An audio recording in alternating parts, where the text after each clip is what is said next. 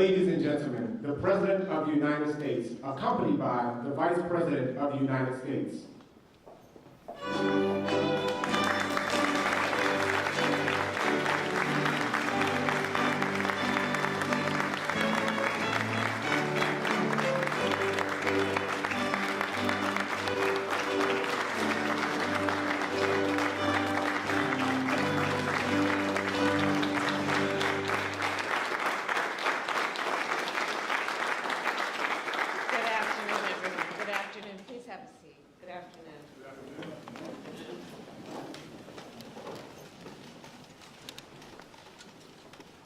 President Joe Biden, members of our cabinet, members of Congress, community leaders, law enforcement officials.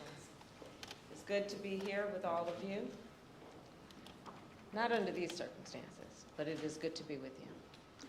And I know, of course, that today, following yesterday, that all of our hearts, of course, are with the people of Uvalde, Texas, with the parents, with the children, with all the folks who said goodbye yesterday morning to someone they loved, not knowing that that goodbye would be their last. Enough is enough. Enough is enough. As the President said last night, we must have the courage to stand up to the gun lobby and pass reasonable gun safety laws. We must work together to create an America where everyone feels safe in their community, where children feel safe in their schools. And of course, that responsibility that we collectively have to ensure that all people feel safe in their community is what brings us together today. It is an honor to be joined by the families of George Floyd, Breonna Taylor, and many others. And I've met many of you before, and many times. And many others I'm meeting for the first time. I am moved, as always, by your courage. You have felt so much pain, and you have endured unimaginable grief. You have experienced the anguish of losing someone you love and cherish. And yet, you are here, as you have been throughout the days of your grief, standing selflessly, full of grace and resilience, to speak up, to speak out, often against odds, great odds, to fight for a world where no one has to experience what you have been through. Your loved ones should be with us today. You should not have to mourn. You should never have had to mourn in order for our nation to feel your pain and to understand what is wrong, and to agree that something must be done.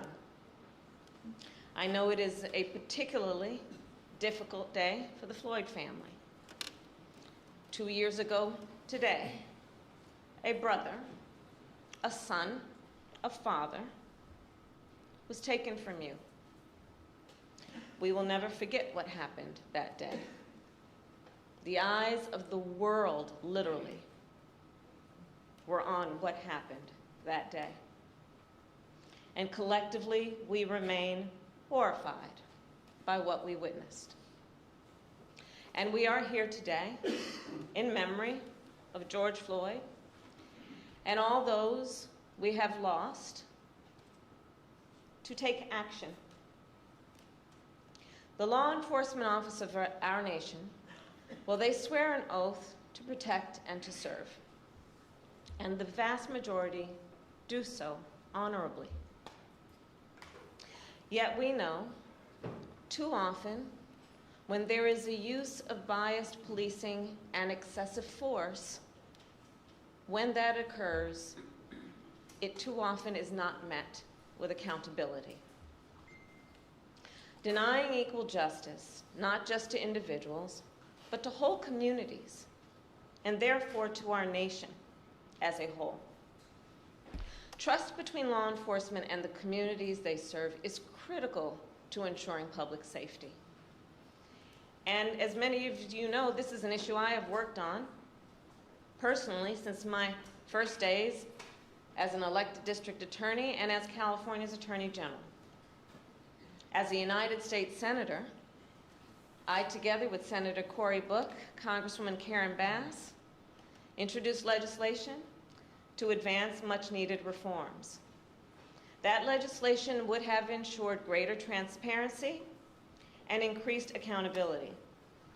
We later named it the George Floyd Justice and Policing Act. And it was passed because of the strength of the leadership in the House of Representatives through the House of Representatives. However, last fall, Senate Republicans rejected the George Floyd Justice and Policing Act. They walked away from their moral obligation to address what caused millions of Americans to march in the streets. The critical need that a coalition of Americans were demanding, were pleading for in terms of reform and accountability. At the time, President Joe Biden and I, and all of us here, we made clear, and we vowed that we would explore every action available to us at the executive level to advance the cause of justice in our nation. In a moment, our president will sign an executive order that takes dozens of important actions to advance effective, accountable policing, to strengthen trust between law enforcement and the communities they serve, and to help us fight crime and promote public safety.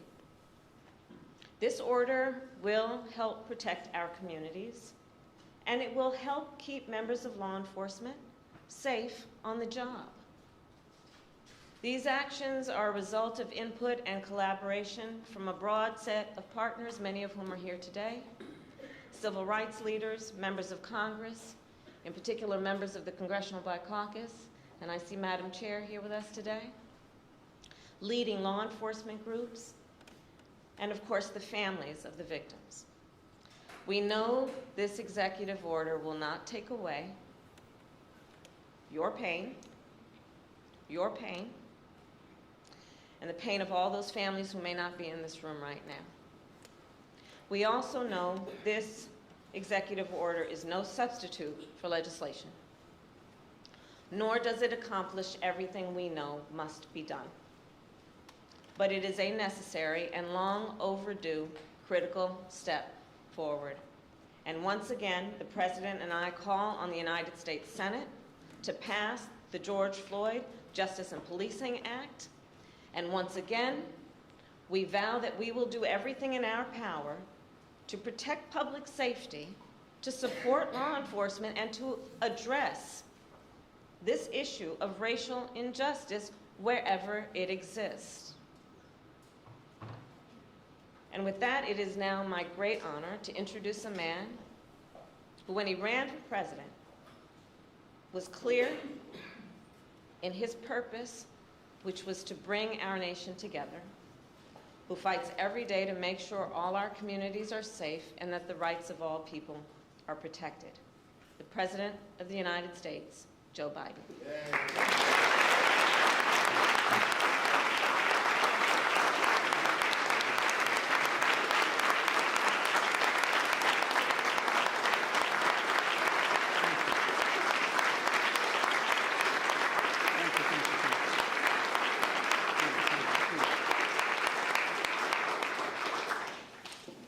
Thank you all. Vice President Harris, before we begin, let me say a few words about what happened in Uvalde, Texas, elementary school. Since I spoke last night, the confirmed death toll has tragically climbed, including another teacher and three more students. Jill and I will be traveling to Texas in the coming days to meet with the families and let them know we have a sense, just a sense of their pain, and hopefully bring some little comfort to the community in shock, in grief, and in trauma. As a nation, I think we all must be there for them, everyone.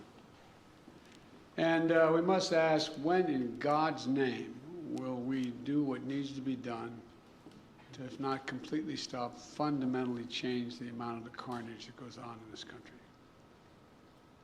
To state the obvious, and Corey and a lot of other people here, I'm sick and tired. I'm just sick and tired of what's going on and continues to go on. I spent my career as chairman of the Judiciary Committee and as vice president working for common sense gun reforms. As I said, as a senator and a vice president.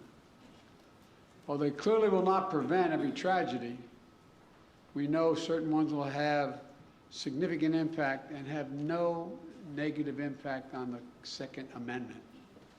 Second Amendment is not absolute. When it was passed, you couldn't own a cannon. You couldn't own certain kinds of weapons. It's just always been limitations. But guess what? These actions we've taken before, they saved lives, and they can do it again. The idea that an 18-year-old can walk into a store and buy weapons of war designed and marketed to kill is, I think, just wrong. It just violates common sense. Even the manufacturer, the inventor of that weapon, thought that as well. You know, where's the backbone? Where's the courage to stand up to a very powerful lobby? But here's one modest step. The federal agency that measures and ensures that gun laws are enforced and the Second Amendment is abided by, the Bureau of Alcohol, Tobacco, and Firearms Explosives, the AFT, has not had a Senate confirmation leader for 7 years because of these disputes. For 7 years, been out without anyone in charge. I nominated a supremely qualified former prosecutor who has broad bipartisan support from law enforcement and the community overall. His hearing was held earlier today, I should say.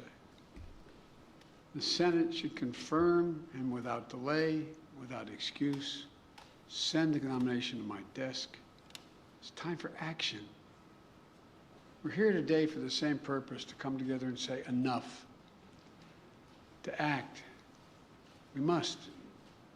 Vice President Harris and members of the cabinet, members of the Congress, civil rights leaders, law enforcement officers and officials, distinguished guests, especially the families missing a piece of their soul, including the family sitting in front of me and a beautiful young girl who told me, my daddy's going to change history.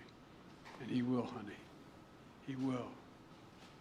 They've lost a piece of their soul 2 years ago as well. You know, I know events remembering your loved ones, even though they're met with great reverence, are really hard. Everything's come back as if it was happening yesterday. But in your own ways, you've each of you, whose family's been victimized, have summoned the courage to find purpose through your pain, to stir justice that's been too long dormant, and to give hope while in need of hope yourself. That's why the executive order I'll be signing today is so important in my view. It's a measure of what we can do together to heal the very soul of this nation, to address profound fear and trauma, exhaustion, that particularly Black Americans have experienced for generations, and to channel that private pain and public outrage into a rare mark of progress for years to come. 2 summers ago, in the middle of the pandemic, we saw protests across the nation, the likes of which you hadn't seen since the 1960s. They unified people of every race and generation. Athletes and sports leagues boycotted and postponed games. Companies and workers proclaimed Black Lives Matter. Students staged solidarity walkouts. From Europe to the Middle East to Asia to Australia, people saw their own fight for justice and equality, what we were trying to do. The message is clear. Enough. Just enough. Look, almost a year later.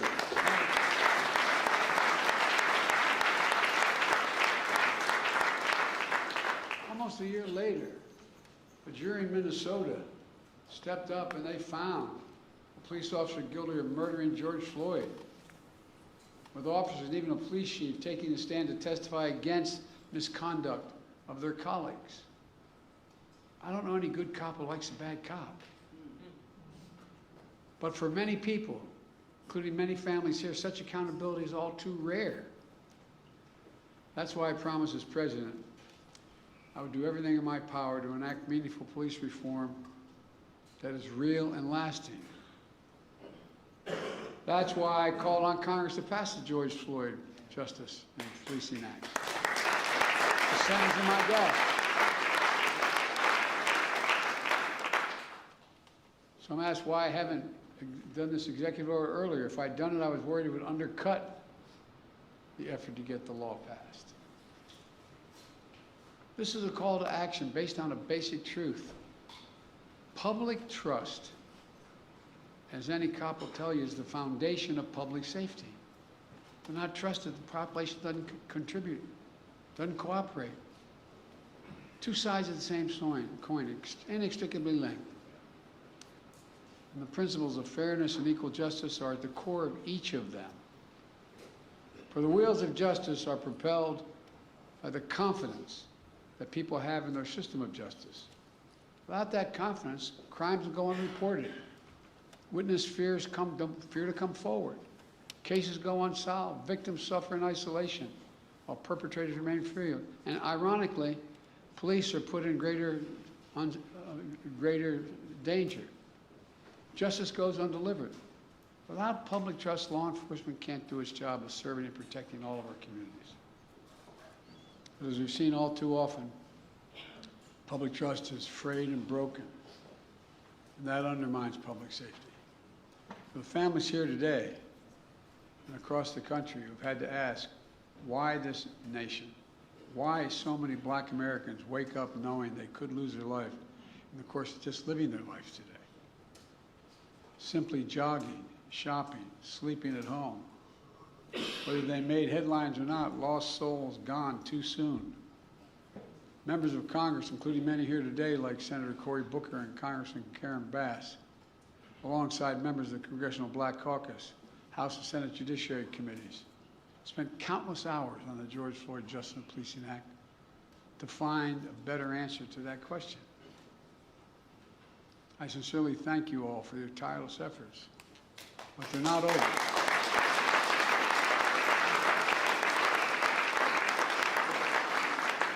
The House passed a strong bill. It failed in the Senate, where our Republican colleagues opposed any meaningful reform. So we got to work on this executive order. It was grounded in key elements of the Justice and Policing Act and reflects inputs of a broad coalition represented here today. Families courageously shared their perspectives on what happened to their loved ones and what we could do to make sure it doesn't happen to somebody else. Civil rights groups and their leaders of every generation who've given their heart and soul to this work provided critical insights and perspectives.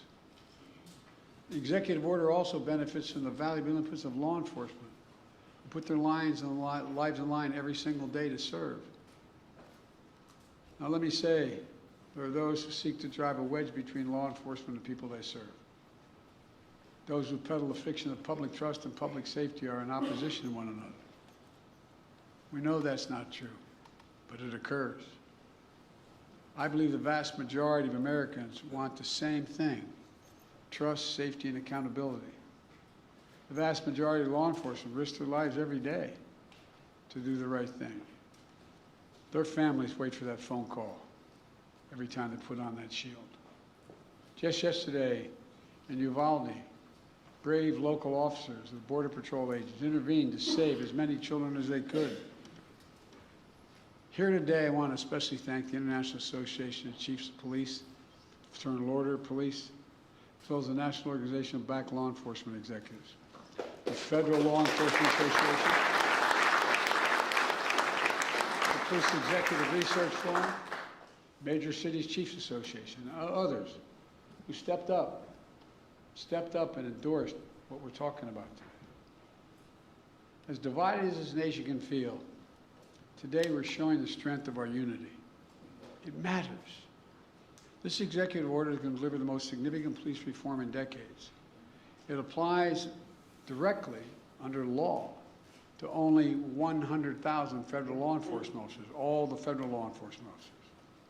And though federal incentives and best practices that are attached to it, we expect the order to have significant impact on state and local law enforcement agencies as well. Here are the key parts. First, the executive order promotes accountability.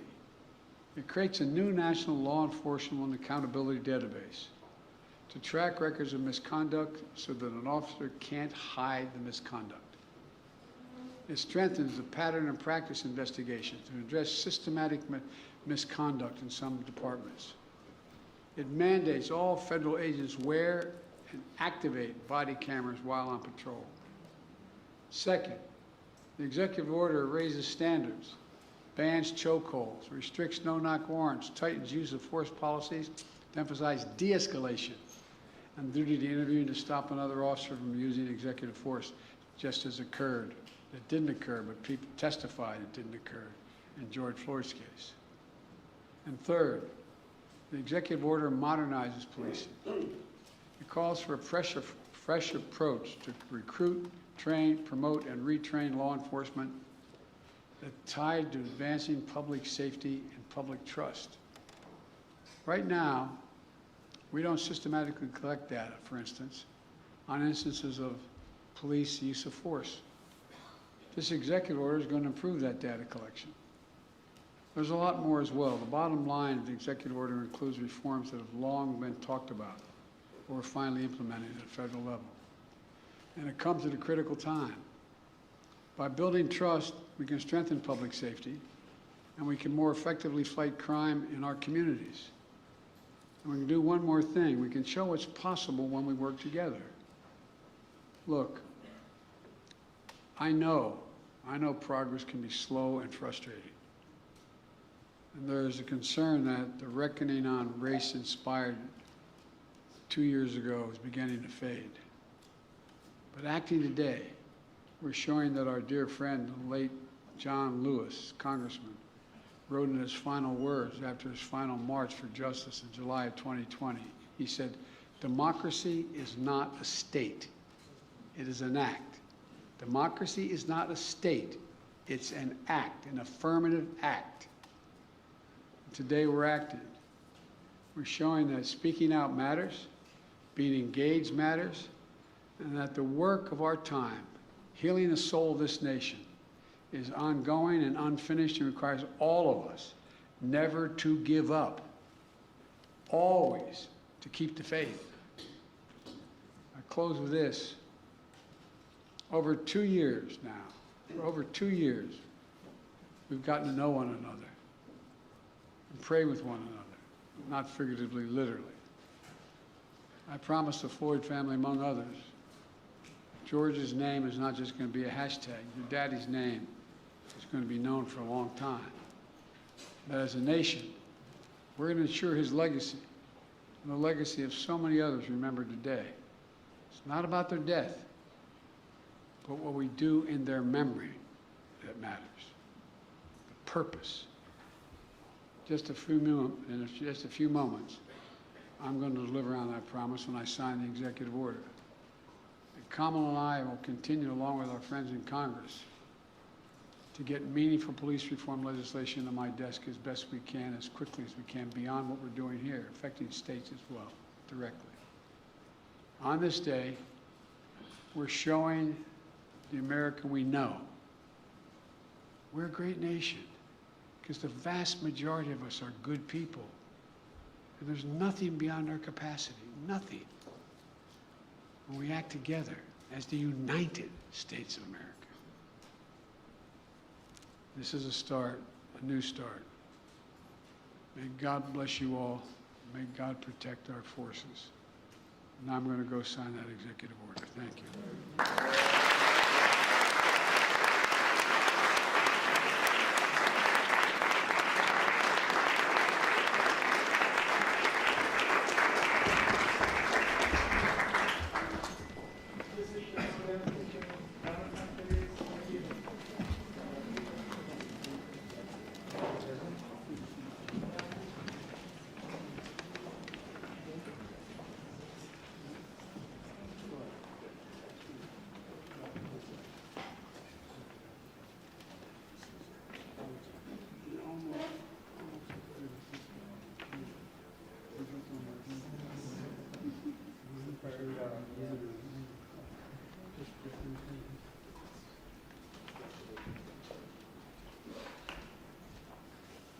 We're about to sign Advancing Executive Accountable Policing and Criminal Justice Practices to Enhance Public Trust and Public Safety. And since I only have one pen, you're all going to get a copy of this. I don't have to do one stroke at a time with each pen.